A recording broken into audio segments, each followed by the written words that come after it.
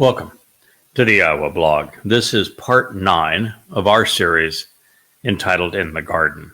The purpose of this review of Yahweh's Bereshith Genesis testimony is so that we are better acquainted with the conditions that existed in the Gan Eden, the Garden of Great Joy, because the intent of the Moed Mikra, Yahweh's 7 annual invitations to meet with him, is to bring us back to this very place.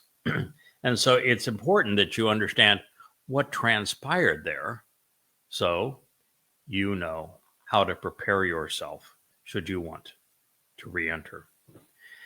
In our last episode, the 8th in this series, we spent a considerable time towards the end of it reviewing what Hasatan had to say about himself in the book of Ezekiel, as he admitted that he was the cherubim in the garden.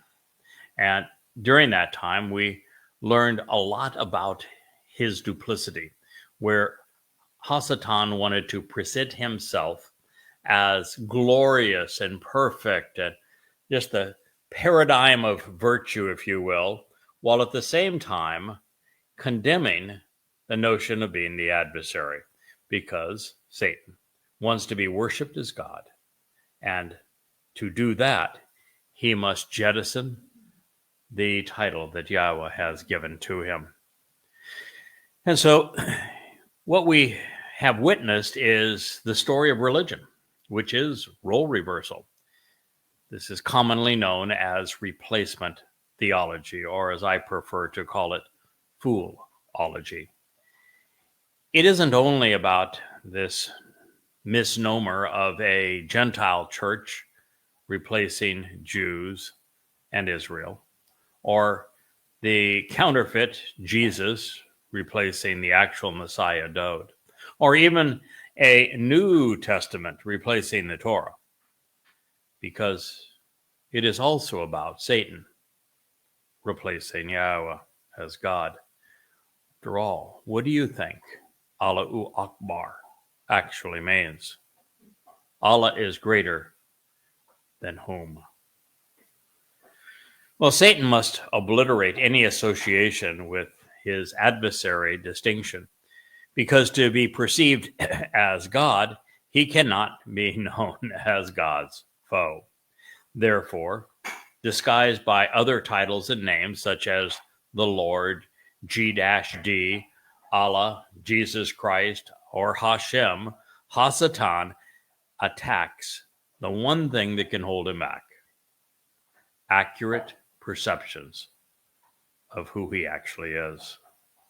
It is a particularly effective tactic because by denouncing the adversary, Satan disassociates himself from that designation and comes off sounding as the religious perceive their God. Since it appears that Hasatan, the adversary, spoke honestly of serving as one of the guardians in the Garden of Eden, as the cherub on the wall, it is interesting to really get a good look at this picture which is emerging. As such, he would have witnessed Yahweh engaging with Adam, loving a man we now know that Satan view as vastly inferior. And this explains why the devil's advocate is called, well, the Son of Man or the Son of Adam throughout the book of Ezekiel. And Ezekiel has him, the Lord, I should say, who inspired the book of Ezekiel, has Ezekiel address him as Lord and Master, while bossing him around and abusing him, forcing him to submit to all forms of BDSM throughout the book. He serves as a revisionist Adam that the Lord and chief manipulator can use as a stooge to present Satan as God. So now we know that Satan did not slither into the garden as a snake. He was already there. He was known, and he was superficially, at least, attractive. He wanted Yahweh to direct her devotion to him, away from Adam, away from Yahweh. He would separate them before misleading them. He has used religion to achieve this same result over the millennia. Digging himself in any deeper, in the 31st chapter of Ezekiel, Satan presents himself as the greatest and most beautiful life form in Eden. And although he perceived himself to be highly valued, beneficial and pleasing, pure and white, he laments the fact that he knows he will be sent down to Sheol, which is hell, the place of separation. In the interim, however, he would live as a titzel, a diminished representation of the Zeroah, the protective shepherd and sacrificial lamb among the Gentiles and non-Israelite nations. That is to say that Satan would impersonate Dowd and thus appear as the Son of God, the Messiah, and as mankind's Savior. In addition, Satan would also admit that he perceived himself as being the most eminent and glorified presence in Eden, its most magnificent and important life form. Then, as we progress in the book, we find that Satan referred to himself, as I've shared previously, as a Pharaoh, the leader among the Gentiles, as a man god, if you will, like a monstrous serpentine dragon at times within the seas and the rivers, thrashing about and stirring up muck so that he can set his trap. He even admits that when he's done toying with humankind, he will hurl us away. Confession, I suspect, it's good for the soul if you have one. He even admits that he will fill valleys with humankind's repugnant corpses. He anticipates quenching the flame of life, eliminating the light, even obscuring the sun, which represents, of course, Dowd in his return. Should Satan get his way, darkness will prevail as he will effect the judgment of innumerable people, crippling them while causing the downfall and the demise of humankind. The adversary, after explicitly identifying himself with Babel, confusion, which Isaiah does again in the 14th chapter, and associating himself even with Mitzrayim, the place of religious and political oppression, in which as we know as Egypt, where the chosen people were enslaved. He speaks of plundering and exterminating the human race. He talks about, even brags about, dragging every soul with him into Sheol. And all the while, terror will be his most prevalent tactic, just as it is his most defining weapon throughout the Quran. And that is why Islam is his preferred religion. Further, in the 33rd chapter of Ezekiel, Saint declares that he will blow a shofar to herald his appearance as the brilliant and the most beautiful, the enlightening Zohar. Satan's identification with the Zohar is so important to him. This connection is repeated throughout the chapter, even though Zohar is the book that forms the basis of Kabbalah, which is the spiritual aspect of Judaism. All the while, the adversary presents those who believe that their God inspired the Zohar as lost and rebellious, so rotten they are seen as decomposing. He has in his book of Ezekiel 25 ways to kill a Jew. In his view, there will be no savior for Yisrael. In recognition of what we have just learned, it is germane to know that the cherubim, are the most important among Yahweh's heavenly host. They are presented in three places. They guard Eden, they protect the Ark of the Covenant, and are shown overseeing the tabernacle and temple. And this is where our relationship with God begins, where it is restored. and where we live with him in his home. Nothing is more important, which is why cherubim are depicted in these places, and they are always plural except when describing the rogue cherub in Ezekiel. Well, Satan's appearance 6,000 years ago was serpentine and thus convoluted. By virtue of his immortality, which would be the nature of all spirits, and enormous energy, he should not be trifled with as one charms a snake. His words are venomous, and his incantations are toxic. In keeping with the metaphor, Satan infects those who listen to him with a neurotoxin, rendering his victims incapable of fleeing for their lives, paralyzing, blinding, and incapacitating them. So once again, the most recent iteration of such mental and moral paralysis would be Islam. Yahweh's declarative statement is comprised of two elements that collectively form the basis of every religion on earth. Lies are made credible when they are clearly interwoven into a perception of truth. For example, rather than overtly condemn the Torah, rabbis have misrepresented and misconstrued its intent in their Talmud. They even call their Talmud Torah. Even in their Zohar, it alludes to the Torah in the process of elevating Satan's status and appeal. Rather than acknowledging that he had been selected by Satan to undermine Yahweh, Paul claimed that the God he was contradicting had chosen him to be his lone apostle. As a result of, I guess, what many consider to be a clever ruse, Christians would worship Paul's Lord as if Satan were God. They would even identify themselves with the macabre image of a dead God on a stick. Satan's pièce de résistance is the crucifix of Christianity. Similarly, Muhammad fooled billions when he modeled Allah after Satan and then claimed that he was God.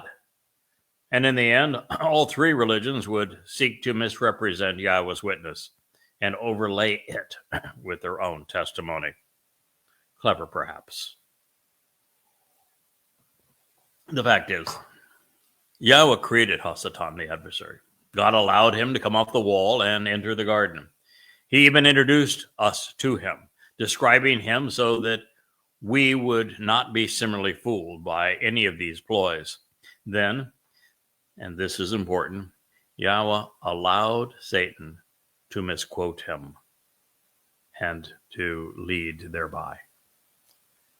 He was even given the people he loved, the opportunity to be beguiled by a twisted portrayal of his testimony and thereby choose poorly to respond in a manner which was hostile to their well-being.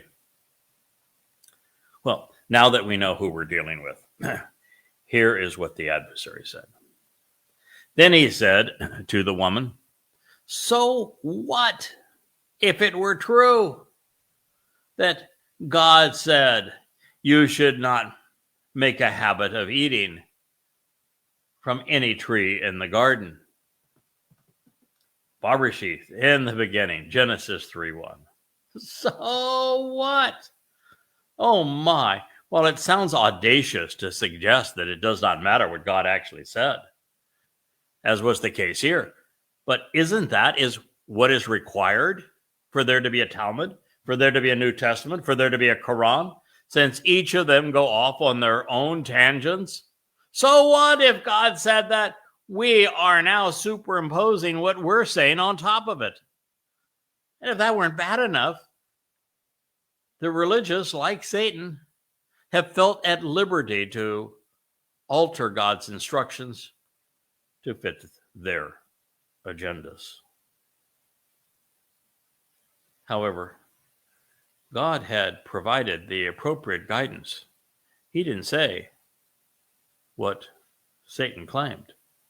Remember, then Yahweh Almighty provided clear instruction and direction on behalf of Adam, saying, from every tree in the garden, you can continually and actually eat, enthusiastically being fed and nurtured. But from the tree of the knowledge of good, that which is beneficial, productive, correct, and proper, and bad, that which is ineffective and counterproductive, disadvantageous and unreliable, do not make a habit of continuing to eat from it, because as a consequence, in a day you will die, defined by having eaten from it. That was Bereshith, Genesis 2:17, about a chapter ago. Now that was considerably divergent from the statement that Satan attributed to Yahweh.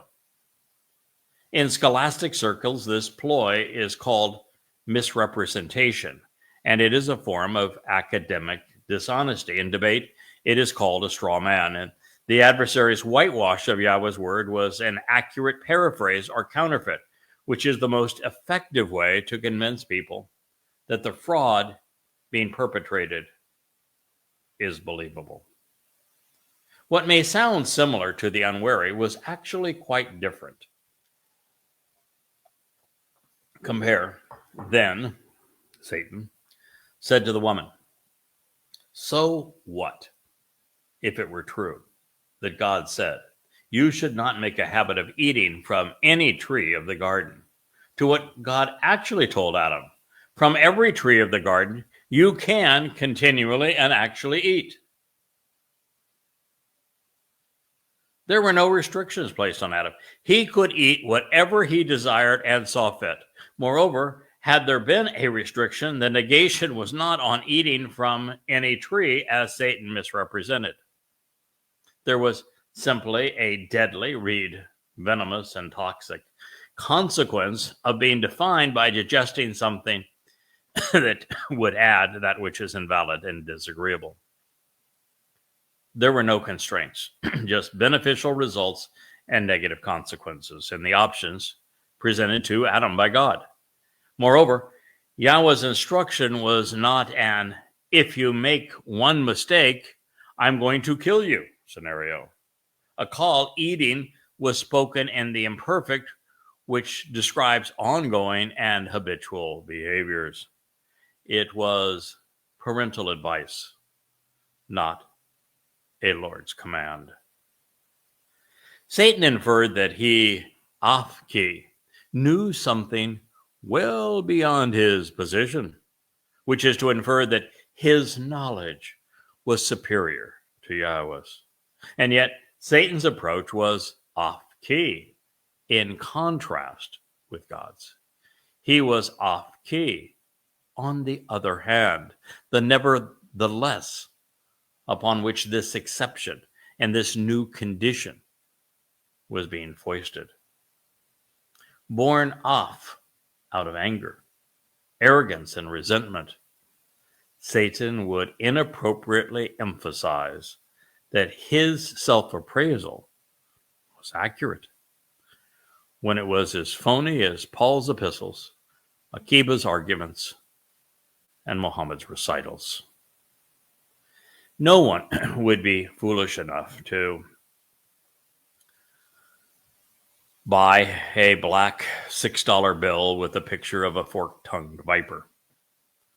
Although most have no problem with "In God We Trust" inscribed on the back of a promissory note and thus debt instrument, depicting a sun god, religion by way of an Egyptian pyramid, and the Eye of Horus calling for a new world order. The beasts associated with Babylon, the religion of Roman Catholicism, the politics of America, and the geography of Islam, deliberately misappropriate God's testimony, as Satan has done here, to infer legitimacy and authenticity. One does not have to be creative to counterfeit, only crafty and cunning, shrewd and strategic. From Babylon to the present day, this tactic has deceived more people and caused more harm than all other ploys combined. It is the essence of Judaism and of Christianity. Now, keep in mind, the closer the lie is to the truth, the more deceptive and beguiling it becomes. It's not to say that Satan's misrepresentation of God's testimony had many words in common. And so it was a reasonably close counterfeit. A counterfeit bill, however, remains fraudulent, even illegal, when it is 99.99% consistent with the original. It artificially gains credibility in the eyes of the unwary through feigned similarity. This is why Jesus Christ was a counterfeit of Dode, rather than an independent or innovative construct. Conceived without the capacity for free will, as is the case with all Malachim and, of course, the cherubim. Satan has always been devoid of creativity. His lone ploy is to beguile by concealing, corrupting, or counterfeiting something God has already conveyed. And that is why the Lord's most popular religions are twisted and plagiarized perversions derived from selectively misappropriating divine revelation. The more they claim the Torah and prophets for themselves, as do Christianity, Judaism, and Islam, the greater their appeal to believers, and yet the more obvious their lies become to the observant. It is by making the comparison and showing that the claimed consistency between the Quran and the Torah, between the New Testament and the Torah, and between the Talmud and the Torah, proves that all three religions are deliberate frauds. And that is why I wrote the books called Twistianity, Goddamn Religion, and Babel. Should you be wondering how Satan could have rebelled if he did not have free will, and I'm asked that question regularly, I would encourage you to consider the circumstances under which we have the capacity to choose without the right to do so. For example, the military is a command and control institution, as are Yahweh's Shabat of Malach, the regiment of spiritual implements, where soldiers do not have the freedom to refuse an order. As was the case with Satan, insubordination in the military is unacceptable and is severely punished, with the non-compliant stripped of their rank and incarcerated. People have long chosen to be pedophiles, rapists, arsonists, thieves, and murderers, particularly Muslims, but have never had the right to do so, at least apart from Islam. Yahweh gave Adam and Chawah, and indeed all men and women, free will. We can choose to ignore Yahweh's instructions without penalty. Those who do, like all animals, eventually die. Their souls simply cease to exist. God neither pursues them nor judges them, and assuredly he does not punish them. What was the cause and consequence of the instruction to Adam regarding the tree of knowledge was that in a day you will die. It wasn't that you will be punished. The Malach messengers, however, exist as well as spiritual envoys. They are God's implements, powerful and persistent tools that he uses to interact with his creation.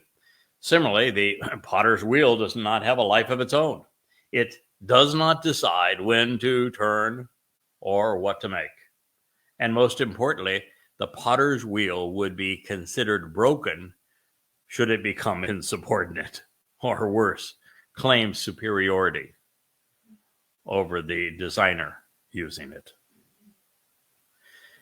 Advancing to the second prong of the adversary's plot to mislead Yahowah, the serpent suggested, so what if God said?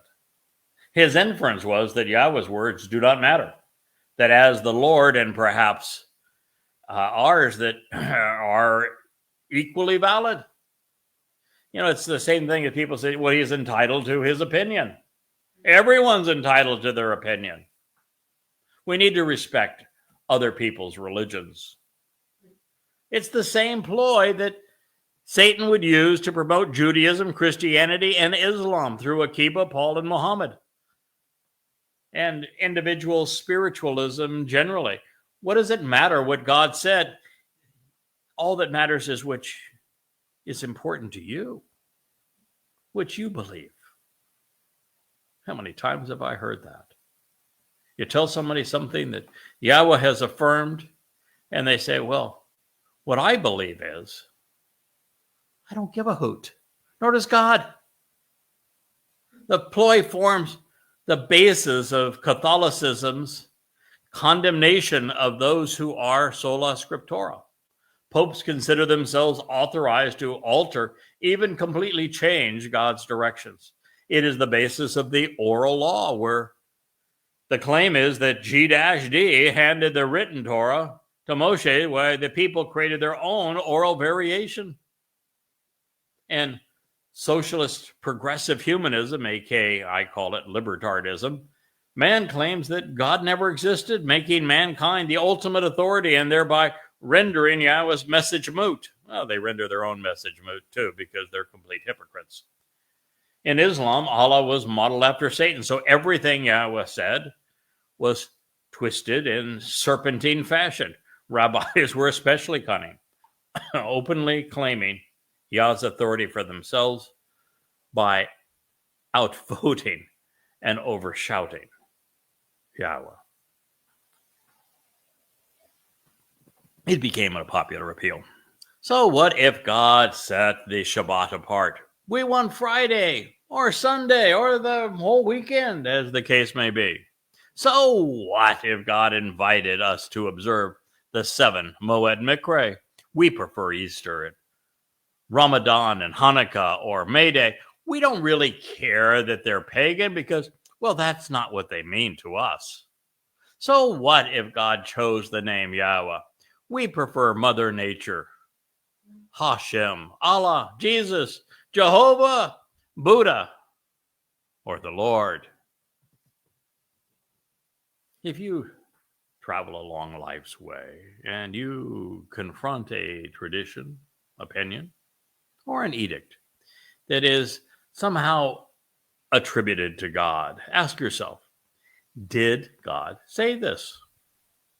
Or, as the case is with the Talmud, the New Testament, or the Quran, is what is being claimed a corruption or counterfeit of something Yahweh stated through his prophets?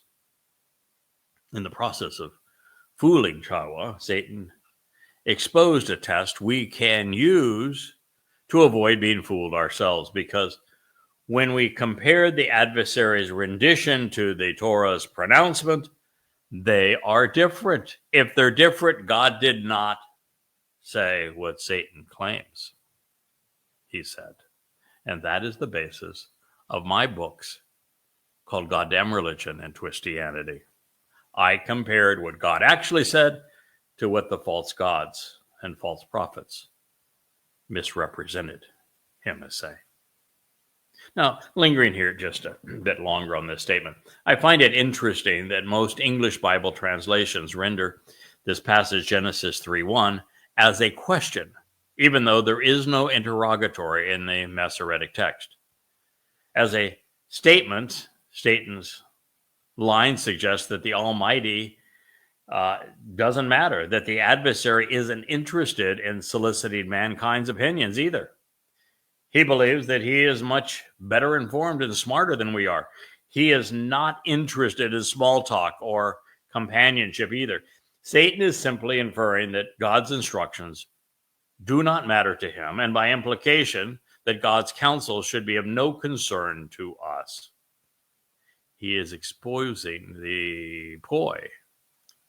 I should say, he is exposing the ploy he would use to inspire Catholicism, Judaism, and Islam. However, there is the possibility that the interrogatory was removed by the Masoretic rabbis in order to make the statement reflect their own doctrine. The 4Q Gen Qumran scroll renders the text, "Did God really not to eat from any tree in the garden?" Did God really say not to eat from any tree in the garden? Regardless of the format, in debate parlance, Satan has set up a straw man. Since he knows that he cannot prevail on the merits of his case using evidence and reason, he has misrepresented the words of God and thereby presented a foe that he can more easily defeat. While crafty and cunning again, the tactic is disingenuous. It is, however, pragmatic because most people only know enough to be dangerous and they are incapable of disciplined reasoning. Every time I engage a religious individual in debate, for example, this is also their first ploy, and it is an effective means to rebuff critical thinking because there are too few informed and logical people around to properly identify and judge the obvious chicanery. Lastly, there is something notable here that the rabbinical types seem to have missed. If you want to be like Satan, avoid using Yahweh's name. While it has been prevalent throughout Bereshith, Satan did not use it on this occasion because he only wants us to know it when he is claiming it for himself, as is the case throughout Ezekiel. Here, since he is saying, so what if God said? If he uses Yahweh's name, it's obvious he's not Yahweh. But in Ezekiel, the whole point is for the adversary to claim that he is Yahweh. Moving deeper into the narrative, we discover that in her reply, Chawah started off reasonably well, at least up to a point. She relied on God's instructions to counter Satan's initial ploy. But then, as rabbis, Catholics, and Muslims do today, she added her own embellishments, and she lost her way.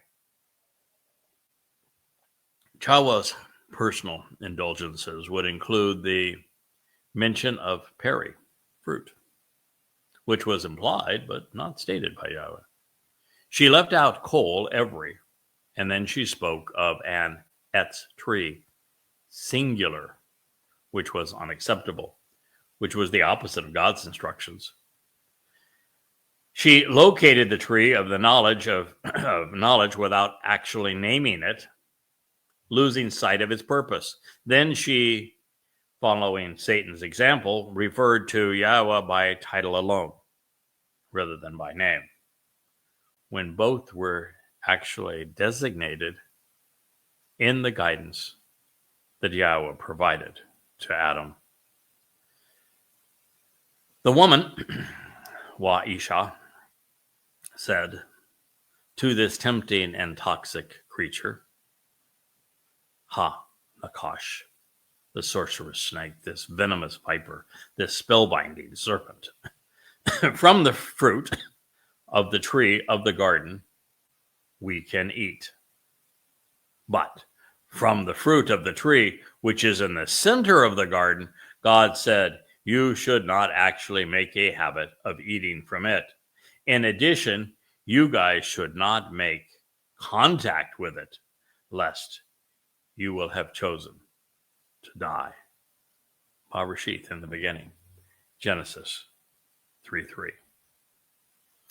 Chawah spoke of only one acceptable tree, when God said that all of the trees were nourishing.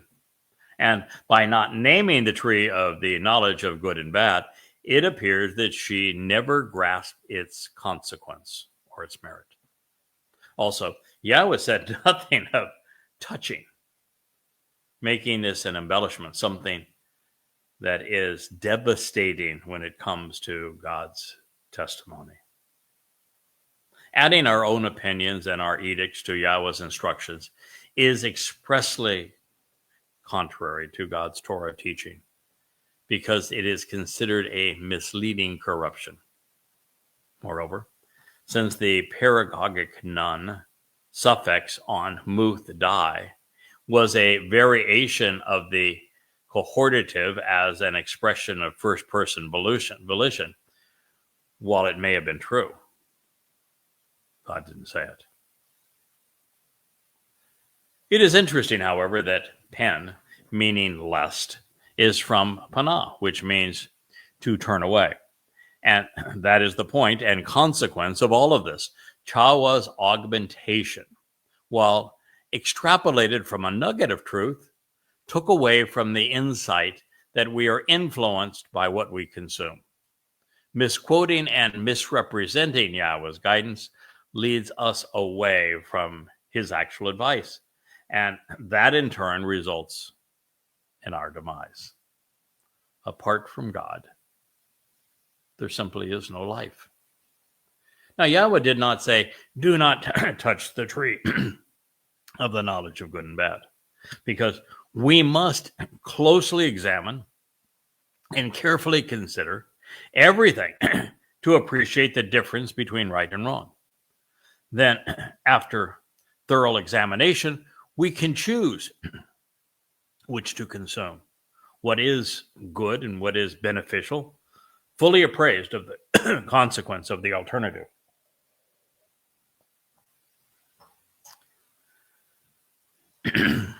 For example, in Goddamn Religion, I exposed and condemned Islam, proving that the religion was a complete sham, based entirely upon what its 5 oldest scriptural sources revealed. I attacked Paul and Christianity, similarly in Twistianity. So while the information contained in those books was repulsive, demonic, and deadly, I had to thumb through the rubbish to endure the stench to do the job. However, since I was properly informed and nourished by the Torah, I did not ingest anything Satan inspired Muhammad or Paul to convey. Touching and injecting are very different in this regard. There are a number of telling insights which can be deduced from Towrah's mischaracterizations. I don't know if you've picked up on them, but the first is the most important. It is likely that Adam did an inadequate job of communicating Yahweh's instructions to her. That being the case, we ought to learn our lessons and be more diligent around those we love. Can I repeat that again? The very fact that Towrah misrepresented what Yahweh had said, it is likely that Adam did an inadequate job of communicating Yahweh's instructions to her.